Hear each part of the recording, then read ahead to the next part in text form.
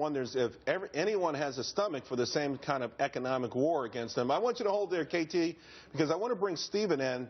Stephen, we're talking about the role of the United States. We talked about what Ronald Reagan did, and essentially he ended up breaking the back of Russia, ending the Cold War. What is the U.S. role right now? What should we be doing here? Well, I think there are a couple of challenges in just trying to answer the question. One is what the U.S. role should be, and what is the role likely to be under the Obama administration.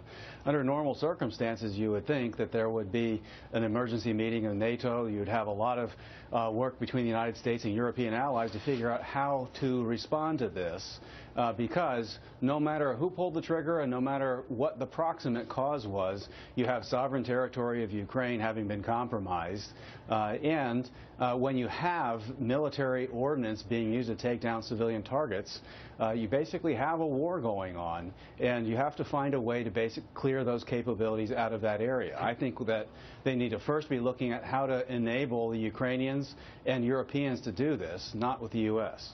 So, but are you talking about really triggering an arms race? You know, we're talking arms, a lot of money, a lot of training, and a very short window to see if we can sort of turn the tide here. I don't know that that many arms and that much training would be necessary to try to clear this zone of some of these capabilities. Maybe that's not the option that's chosen. Maybe that's not the option that's feasible.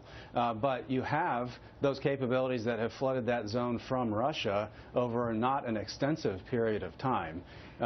So basically you have to choose. Are you going to live with this kind of a capability, or are you going to try to enable others to remove the capability?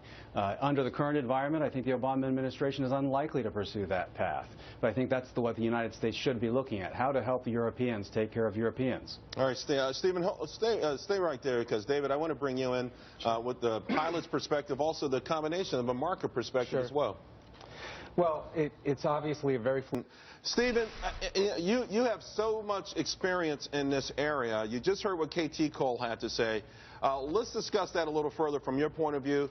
What actions should we take? What actions can we realistically take? Well, it's undeniably a difficult situation. Once territory has already been taken, either by irregular forces, as these guys are, with no national uniform on, they're not regular military forces of the Russian military, as far as we know.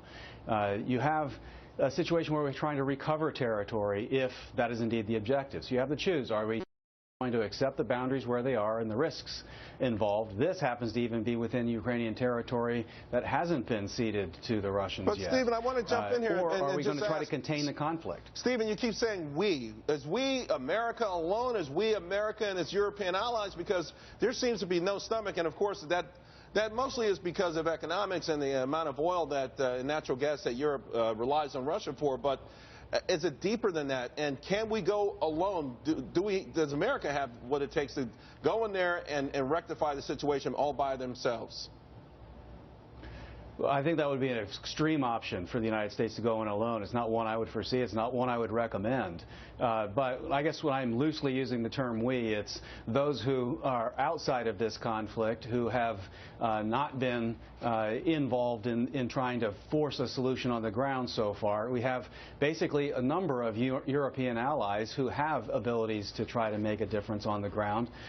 We haven't really done that much to bolster the Ukrainian government to increase its capacity to take care of itself. Right. We haven't really done that much to degrade Russia's ability to keep doing what it's doing. It might be very complicated and difficult, but until you have an objective that you aim to achieve, you're going to do nothing. And at this point, we haven't said whether our objective is to degrade Russia's ability, if it's to purge this area of these kinds of bad actors. In other parts of the world, these people would be considered terrorists. And there wouldn't really be that much controversy about the need to clear that kind of an element out of that territory. Right. When I say we, it's enhancing their ability to have effective sovereignty over themselves. The lack of effective sovereignty in Ukraine threatens the lives of many non-Ukrainians today flying over their territory. Yeah, that's a problem. It's been a flashpoint throughout the history of time. Stephen Yates, thank you very much. Appreciate it. And I accidentally called KT the wrong last name, KT McFarland. KT Cole's a client of mine for 26 years.